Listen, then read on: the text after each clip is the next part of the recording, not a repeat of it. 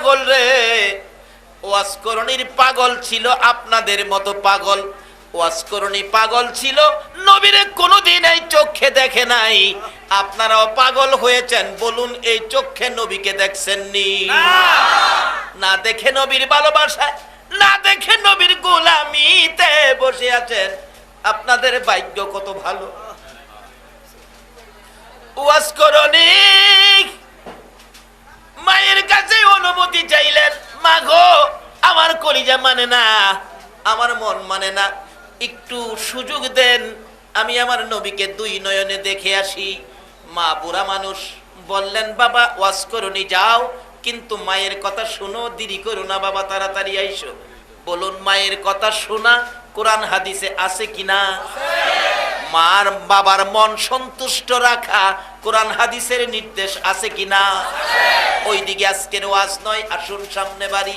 আজকে আপনারা নবীর বাড়ির মেহমান হয়েছেন, নবীর পাগল হয়েছেন।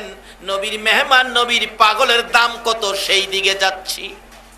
বলতেছিলাম নবীর পাগল ওয়াজ করণী মায়ের কাছ থেকে বিদায় নিলেন। মাগো আমার মন চায় নবীকে এক নজর দেখার জন্য।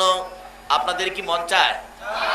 হায় হায়, দেখেন না তো, যেই নবীকে দেখলে জঙ্গলার বাঘ ভাল্লুক পর্যন্ত তাকিয়ে থাকতেন।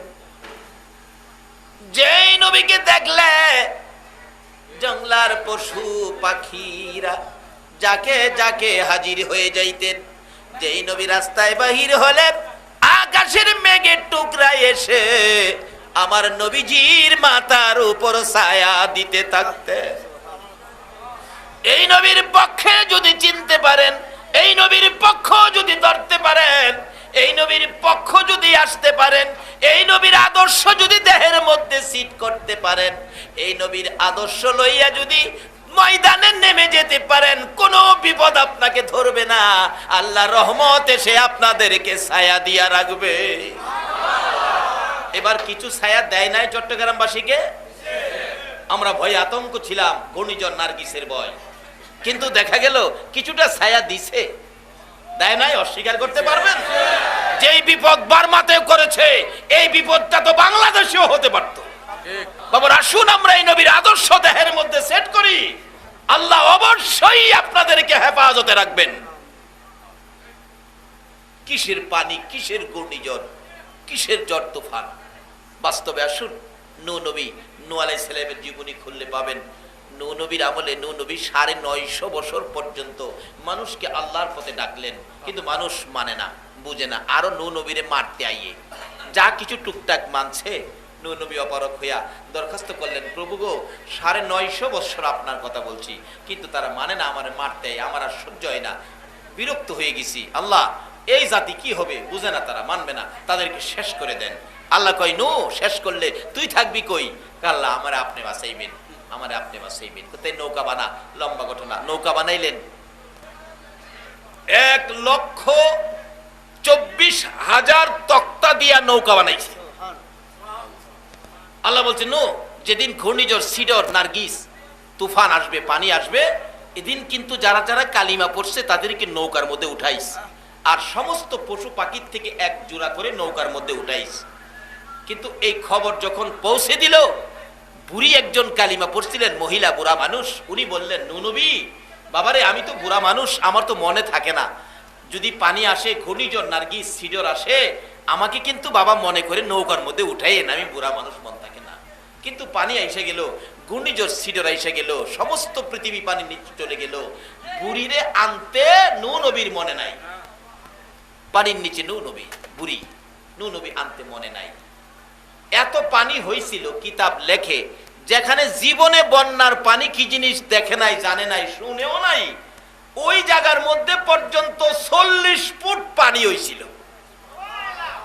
যেখানে জীবনে পানি কি জিনিস দেখে নাই, সেই জায়গায় 40 ফুট, সমস্ত পৃথিবী এইভাবে 40 ফুট করে নিচে, এমনকি 40 দিন পর্যন্ত পানিটা স্থায়িত্ব ছিল। 40 দিন, 40 দিন পরে পানি শুকাইছে, নূহ নবীর নৌকা শুকনার মধ্যে লাগছে।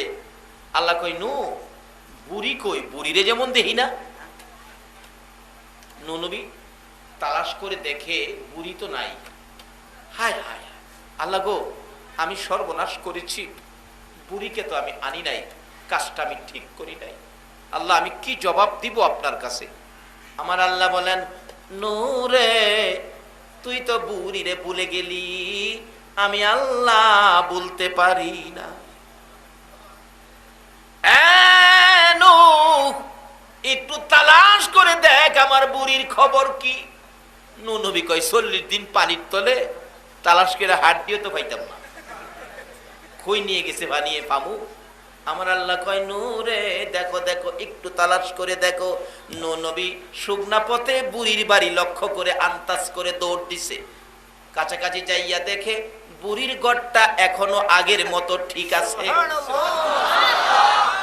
নূহ নবী আর সহ্য হইয়া ঘর যখন আছে, দেখি বুড়ির খবর কি, আর একটু দৌড়ের গতি বাড়াইছে। দৌড়ের গতি বাড়তি দেখে বুড়ি ঘর থেকে বেরিয়ে আইসা হাত বাড়াইয়া ডাকে, এ আল্লাহর নবী নূহ, বন্যার পানি, ঘূর্ণিঝড় সিডরের পানি কি আসতেছে? এতে কি বোঝা গেল? বুড়ি এখনো পানির খবর। এই ঘটনা কোনো আলেম অস্বীকার করার ক্ষমতা নাই। নূহ নবী, পানি কি আসতেছে? আমি কি কাপড় নিয়ে নৌকায় উঠতে হবে? নূহ নবী মাথায় হাত দিয়ে বসে গেল, প্রভু গো, বুড়ি কি কয়? বুড়ি কয় পানি নাকি আসতেছে। এখনো কি বুড়ি পানির খবর পায় নাই? আমার আল্লাহ কয়, নূহ রে তুই তো ভুলে গেলি, আমি আল্লাহ বলতে পারলাম না। 40 দিন পর্যন্ত 40 ফুট পানির নিচে যদি নূহ নবীর উম্মত বুড়িরে বাঁচাইতে পারে গো, আখিরি নবীর উম্মত যদি আমরা হইতে পারি, বলুন আমার আল্লাহ বাঁচাইতে পারবে কিনা? আমি আপনাদের কাছে জানতে চাই সহজ ভাষায়, নূহ নবীর উম্মতের দাম বেশি নাকি আখিরি নবীর উম্মতের দাম বেশি? আল্লাহ বলছে, বন্ধু, তোমার একজন উম্মত পৃথিবীতে থাকতে এই পৃথিবীটা আমি ধ্বংস করব না। আজকে সেই নবীর উম্মত কেন পানিতে পড়ে মরে, কেন ঘূর্ণিঝড়ে পড়বে? কারণটা কি, রূপটা কোথায়?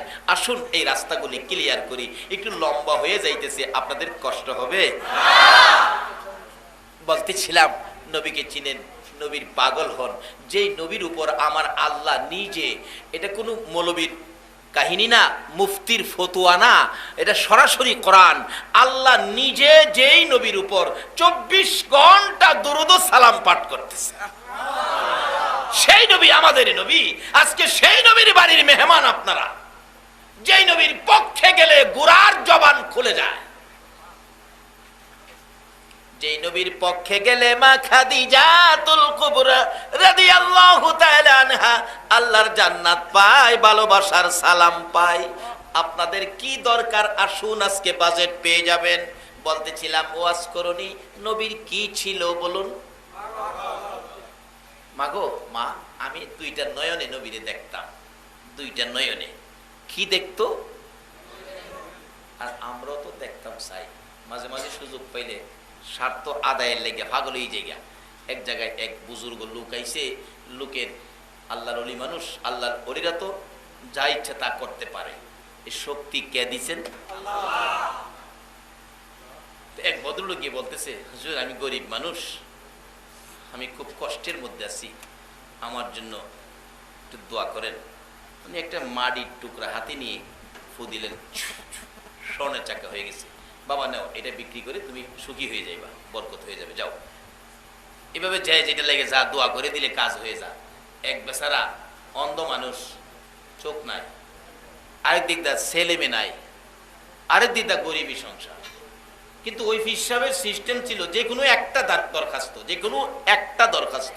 কিন্তু এবার তো 3টা অভাব, এখন একটা তো করতেই হবে, 3টাতে কোনটা করব? একদিকে হলো গরিব, আরেকদিকে হলো তার ব্যক্তিগতভাবে চোখ নাই, আরেকদিকে হলো তার ছেলে মেয়ে নাই, 3টা দুঃখ তার। কোনটা নিয়ে কইব কন্ত? বেচারা মিল করতেছে কিভাবে একটা দরখাস্ত করতে হইব। যায়া পীর সাহেবের সামনে দাঁড়াইছে, হুজুর আসসালামু আলাইকুম। ওয়ালাইকুম সালাম। হুজুর আমার একটা দরখাস্ত। কি দরখাস্ত বাবা? হুজুর আমার দরখাস্ত হইল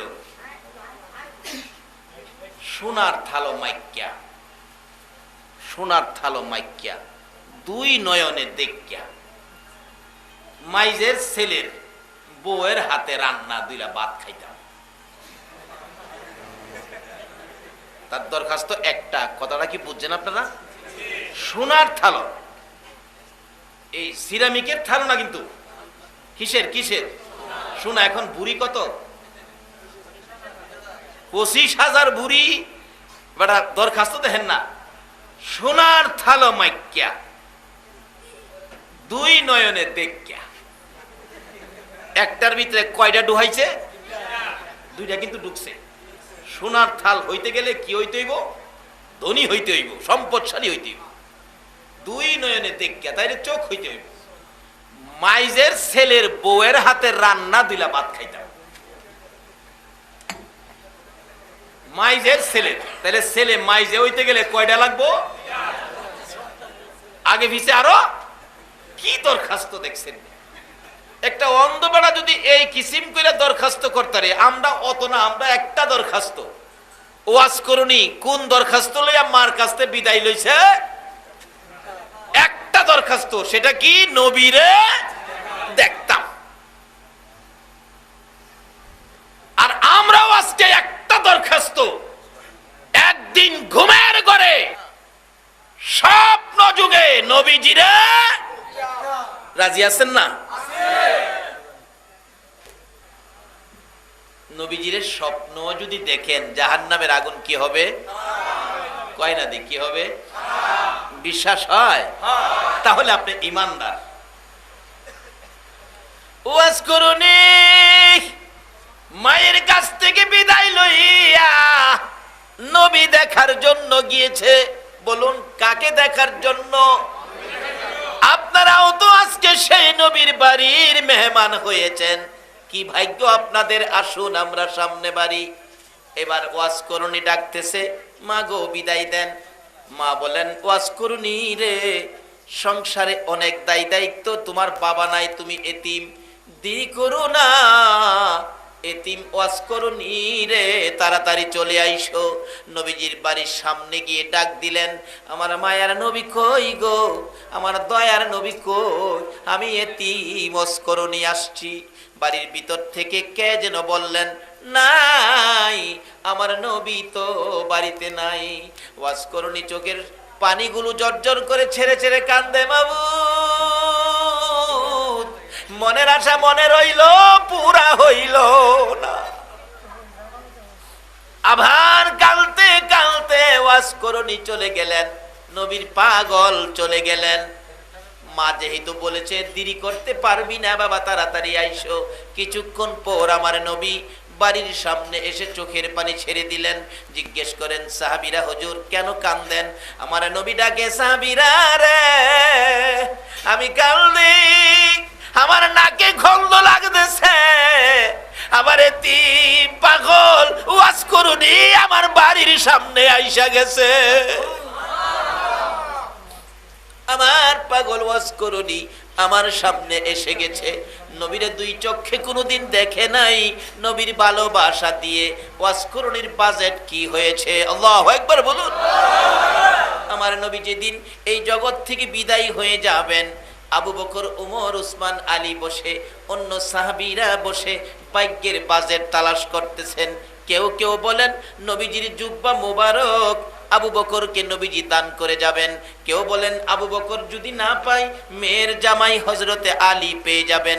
আবার কেউ বলেন হয়তো ওমর ফারুক রাদিয়াল্লাহু তাআলা আনহু পেয়ে যাবেন। কেউ বলেন উসমান গনি নবীর জন্য খুব পাগল ছিলেন, কোটি কোটি টাকা নবীর ভালোবাসায় দান করেছে, উসমান গনি হয়তো পেয়ে যাবেন। এমনি সময় আমার নবী হাজির হয়ে গেলেন।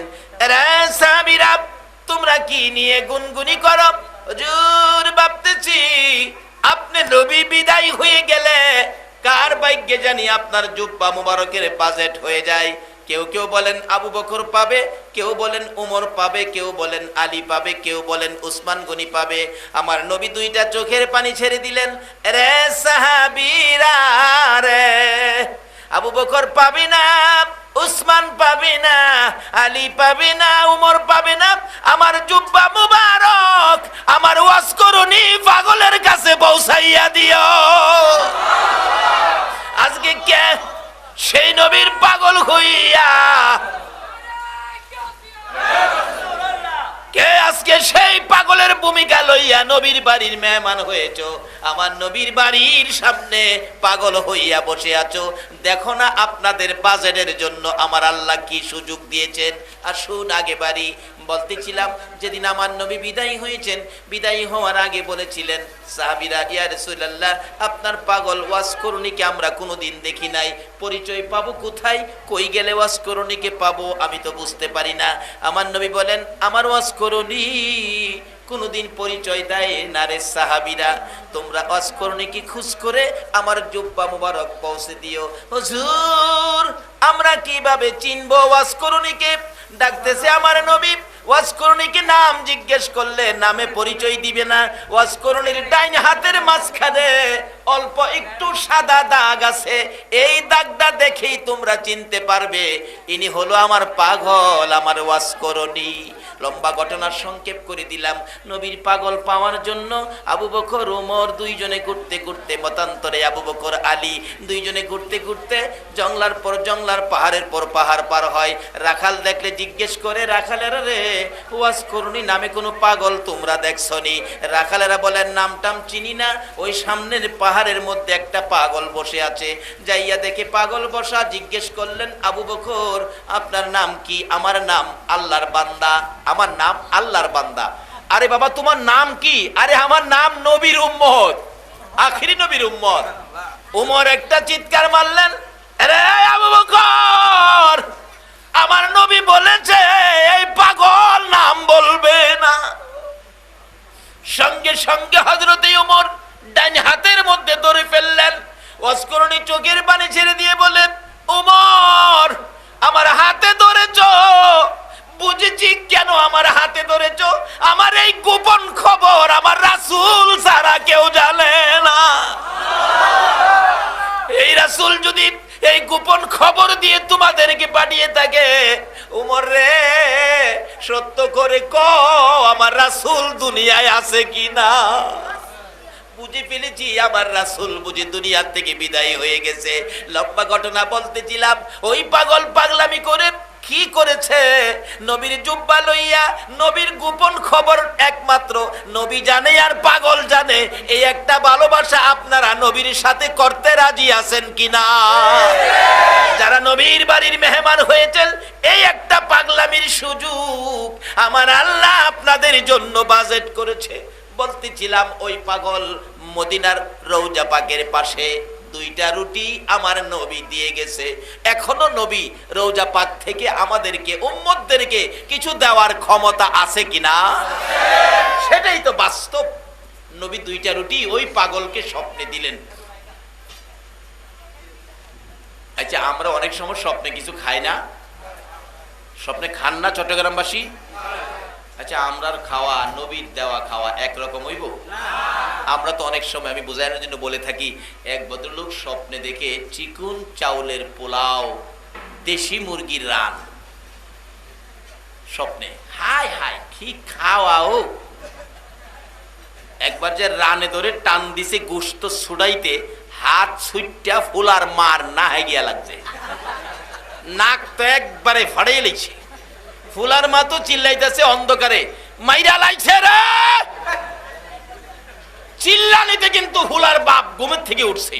কি হয়েছে কি হয়েছে কি হয়েছে? মানে আমার নাক ফাড়াই লাইছ? কই দেখ নাক ফাড়াইলে ফাড়াইছি, যা একটা খাউন খাইছি।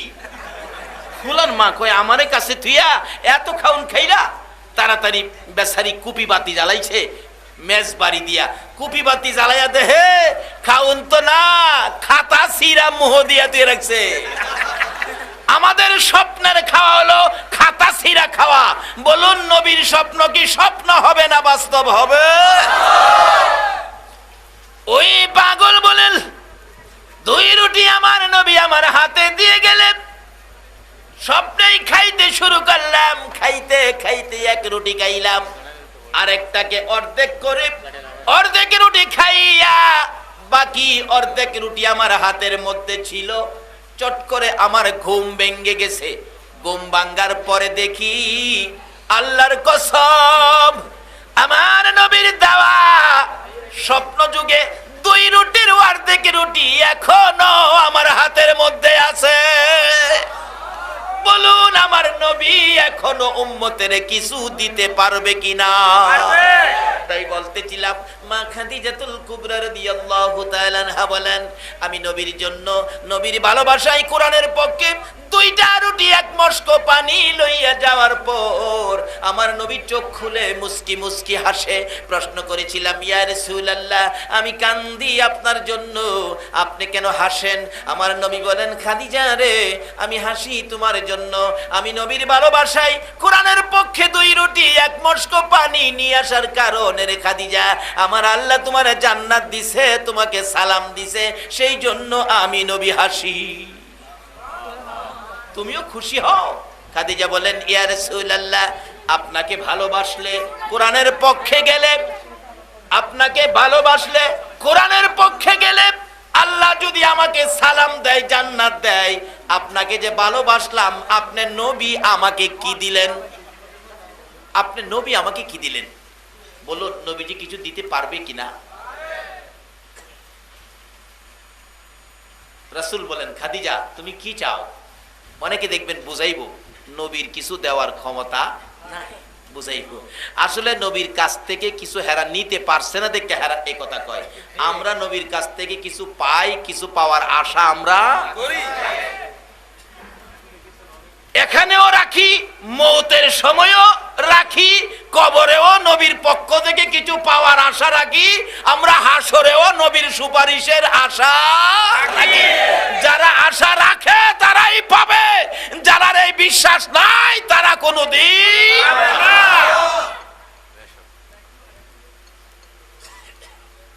কিভাবে পাবেন? আসতেছে তো সামনে, একটু লম্বা হইতেছে আজকে, কষ্ট হবে আপনাদের।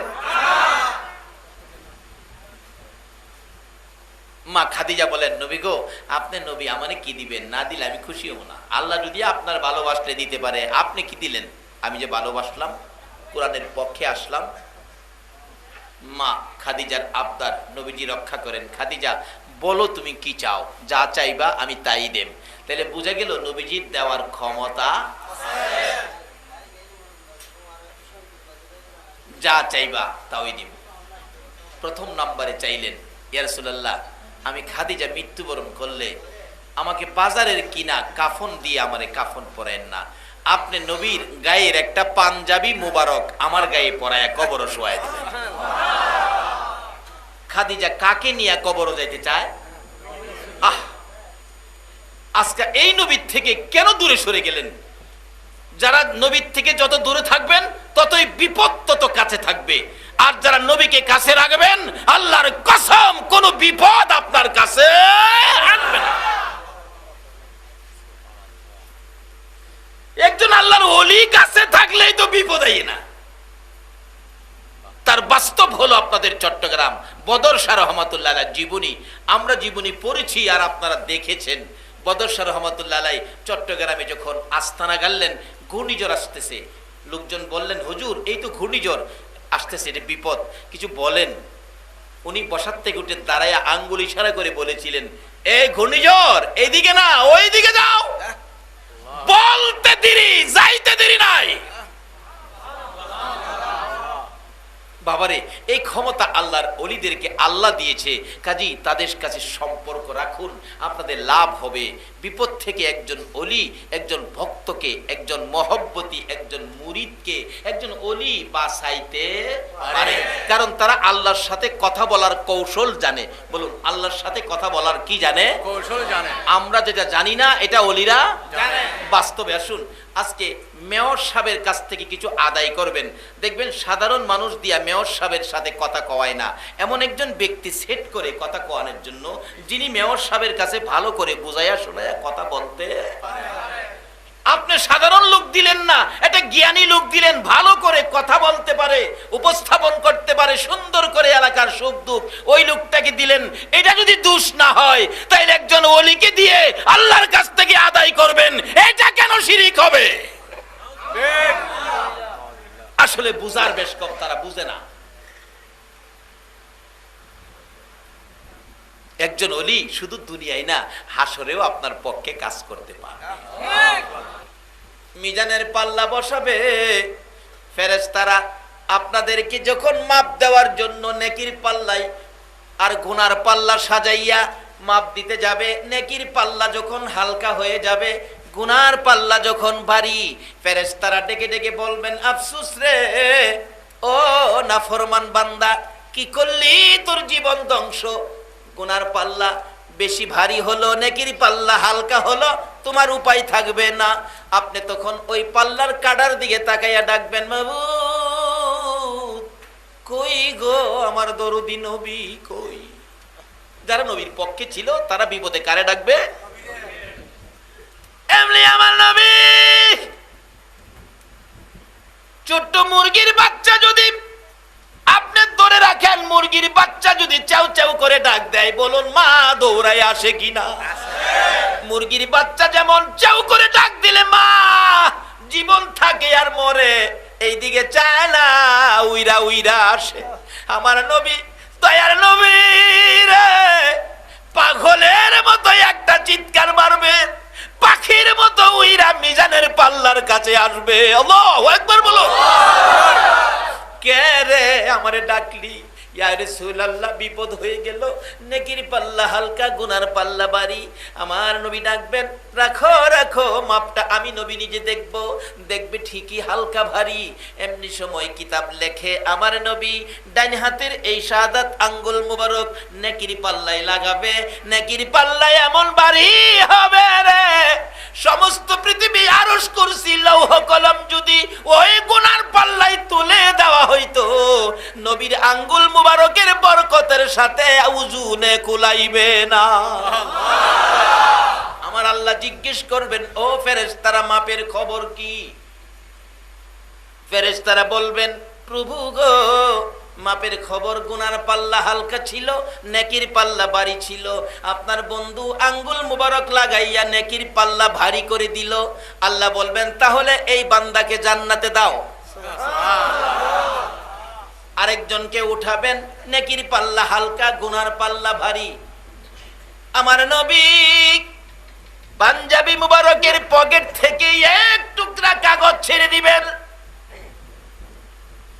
নেকির পাল্লা এত ভারী হবে, এই ওজনের কোন বস্তু পৃথিবীতে নাই। যদি ৭ আসমান ৭ জমিন থাকতো, সবটা দিলেও এই কাগজের সাথে ওজনে কোলাই। আল্লাহ জিজ্ঞেস করবেন, ফেরেশতারা মাপের খবর কি? ফেরেশতারা বলবেন, জিগাইয়া লাভ কি? নেকির পাল্লা হালকা, গুনার পাল্লা ভারী। তোমার বন্ধু আঙ্গুল মুবারক লাগাইলে, পকেট থেকে এক টুকরা কাগজ দিলে পাল্লা ভারী হয়ে যায়।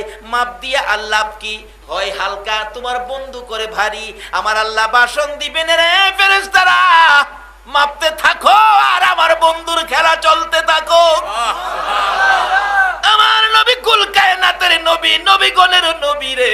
আমার নবীকে সবাই নবীর খেলা দেখতে পারে নাই। কোন নবীর ভালোবাসাই আমি আল্লাহ এত কিছু করেছি। আজকে হাসরের ময়দানে আদম থেকে ঈসা, কুল মাখলুকাত, কুল নবীগণের উম্মতেরা উপস্থিত আছে। আজকে আমি আল্লাহ মিজানের পাল্লা বসাইলাম আমার ওই বন্ধুর খেলা দেখানোর জন্য। এই বাজারে আমার বন্ধু যা চাবে রে, আমি আল্লাহর পক্ষ থেকে বন্ধু তাই পায়ে যাইবে। আমার বন্ধু আজকের বাজারে যা করবে রে, আমি আল্লাহ সব আমি কবুল করে নিলাম। এই নবীর পক্ষে থাকলে লাভ হবে না লস হবে? লাভ হবে। বাবারা ভাইরা আসুন, এই নবীর পক্ষে গেলে কি লাভ দেখেন। নবীজির কাছে হাত বাড়াইলেন, ইয়া রাসূলুল্লাহ আপনার একটা পাঞ্জাবি মুবারক আমার গায়ে পরায় কবরও দিবেন। এই নবীজি সাথে থাকে আর বয় আছে? হুজুর ১ নাম্বার দাবি যাও রাখলাম। ২ নাম্বার দাবি, আমাকে যে কবরে শোয়াইবেন, মা খাদিজা বলেন আপনি নবী আগে এই কবরটা শুয়ে আসবেন। নবী যেখানে শুয়ে আসবে, বলুন এখানে আযাবের ফেরেশতা যাইব? আর গাউসে পাকের কাছেই তো যায় না। গাউসে পাকের কাছে কি যাইব কেমনে? 2টা যাও গেছি কবর, কাশপলা বলি, অন্তরের চক্ষু যার খোলা, বন্ডা বন্ডা না, বন্ডা না, অন্তরের চক্ষু যার খোলা, গাউসে পাকের কবরের পাশে এই চোখ বন্ধ করে অন্তরের চোখটা দেখে মুলকিন নকির আয়াত জিগায় তোমার রব কে? গাউসে পাক কিছু কয় না। আবার বললেন তোমার রব কে? কিছু কয় না। তিনবারের মাথায় একটু রাগ হইয়া ধমক দিলেন, তোমার রব কে? যে কে কইছে দুয়ারে ধরছে, যে রবের প্রেমে সব শেষ করলাম, আইছস আমার রব কে জিগাইতে? তোরার বাড়ি কই? তোরা কইতে আইছস?